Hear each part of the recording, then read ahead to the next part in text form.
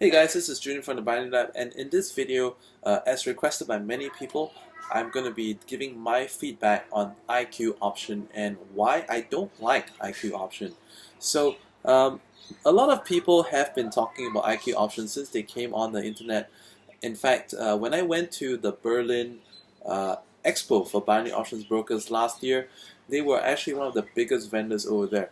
So, there's definitely making waves on the internet. A lot of their videos show up on social media like on YouTube and on Facebook and so on and so forth.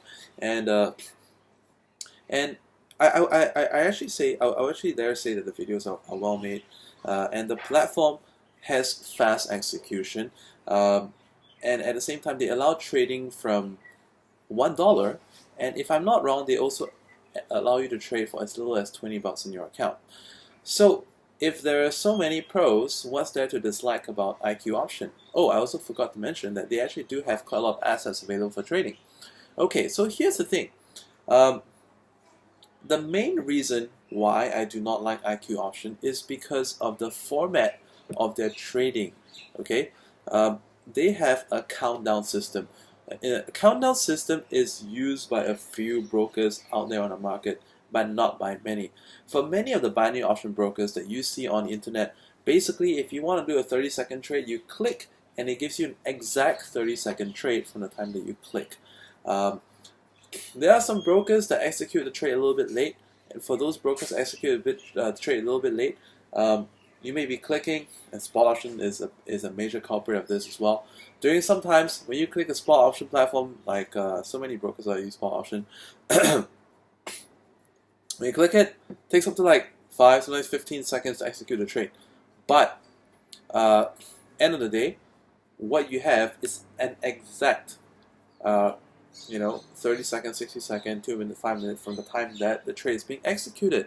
However, inside of IQ option, what happens is that you need to take the trade before the new minute starts, before new half minute starts, and um, that actually means that when you take the trade before, you will end up having a little bit more than the expiry time that you desire. And in my experience, that is not good. Why? Because in many of my videos, I have mentioned that the reason why I find it so important to enter a trade in the exact either beginning of a new bar or a few seconds before a bar starts is because that is when you can get the best expiry time. You can get the best movement. A lot of the movement in a bar happens in the last. It happens in the first 5 seconds. So many times a candlestick, it's kind of like I would say constipates itself just towards the end of a minute when it's like 50, 56, 57, 58. It's either waiting to drop immediately in the next 5 seconds of the new minute or to spike on the next 5 seconds of the new minute. So either wait. All right, and a lot of people who use this kind of trading method, who actually like to trade off spikes, probably also use martingales as well. Okay, uh, and that comes the next problem. So if you are trading, like sometimes if you, uh, okay, let me finish that the earlier point. So let's say if you want to know uh, whether a trade is good, sometimes in the very last 1-2 seconds, then the candle does something totally unexpected. All right, like let's say trading a reversal, you get a super long candle, you go like boom, oh, this is like the best candle to that's gonna retract right off the next minute when it starts. But you never know that in the last 2 seconds it does that already. So if you do something like that in a IQ option, then when you get into the trade, you realize that, oh, this is not such a good trade already, but you already committed to that trade. And then the other thing is that if the trade doesn't go through, then let's say, oh, the market is too busy, the trade cannot be placed for whatever reason, and then the next minute you already missed out on the entry. Uh, it, the part about martingales, it gets worse when for some of you use martingales, and for me, uh, I often use them too. All right, uh, like there's sometimes when I look at the market and I find the market is not too busy, and there's quite a lot of zigzag action. It's within the daily range, and on those occasions, martingale is not such a bad idea. Let's say if it's pushing daily highs and lows, martingales definitely stay out. But when it's within the range, not a bad idea. But IQ option can screw it up for you. The reason why is that, uh, okay, the martingale is when you would actually double up when you're wrong, right? So if you have good filters to filter a trade, such as like in the binary lab right now, we have a very nice trading template that's able to filter out very, very accurate trading setups that doesn't require more than 2 martingales to win on that setup, even in like the worst case scenario. But the problem with IQ is that if you like, you will not know until the minute is up if you need to go back in again. And because sometimes when if you're trading on a pullback, what if in the last few seconds it actually won, but because that it runs on a countdown system, you have to you ended up putting in another entry that you didn't really need, and then the market continues the previous trend, and you find that you're stuck. You find that you're overcommitted because you could have actually exited the martingale, or maybe you didn't even need to martingale. You're back in again. And what are you going to do about this trade? Because it's totally wrong sized, and then are you going to abandon it or what? Or are you going to chase it? If you're going to chase it, and then you end up, throwing your money management out the window. So it's probably better to miss it. Again, so here's the thing. Just to keep this really concise, couple things why I don't like IQ. It's because, like I said, the countdown system. I hate it. It sucks.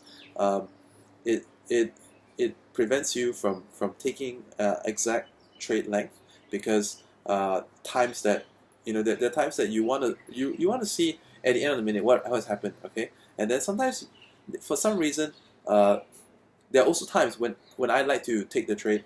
I like to see how the next candle is starting out yet, because sometimes there'll be, especially Asian session, right? Asian session and sometimes Euro session as well, but the market's like very, very tentative. So yeah, imagine you get doji, doji, doji, doji, doji, and then you want to see whether it's actually moving, right? So first 5 seconds you want to see, is it giving some indication, especially if you want to see the first 5 seconds of 1 minute bar to decide to take a 5 minute trade, not take a 5 or 10 minute trade, and then I just can't do that. Now the next thing I want to share with you is a really big revelation that you want to know. Okay, so I actually have someone that I know who incorporated a broker in my country. All right, I'm not going to mention names. I'm not going to mention what this broker is. I can tell you it's not IQ option. It also runs on countdown system. So I asked him,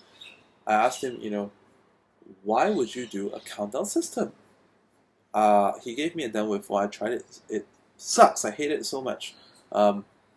Like that platform actually was a little bit buggier than the IQ. Doesn't execute as fast as IQ. But I asked him, why would you choose a counter system? Because everyone else runs exact expiry style, and he told me that just between you and me, and that's the reason why I cannot tell you who that is, what company is. The countdown system is actually a more profitable system for the broker. So a countdown system is actually a more profitable system for the broker because a majority of people are likely to use martingale, and for those people who use martingale, they're likely to fuck up in the martingale because of a countdown system.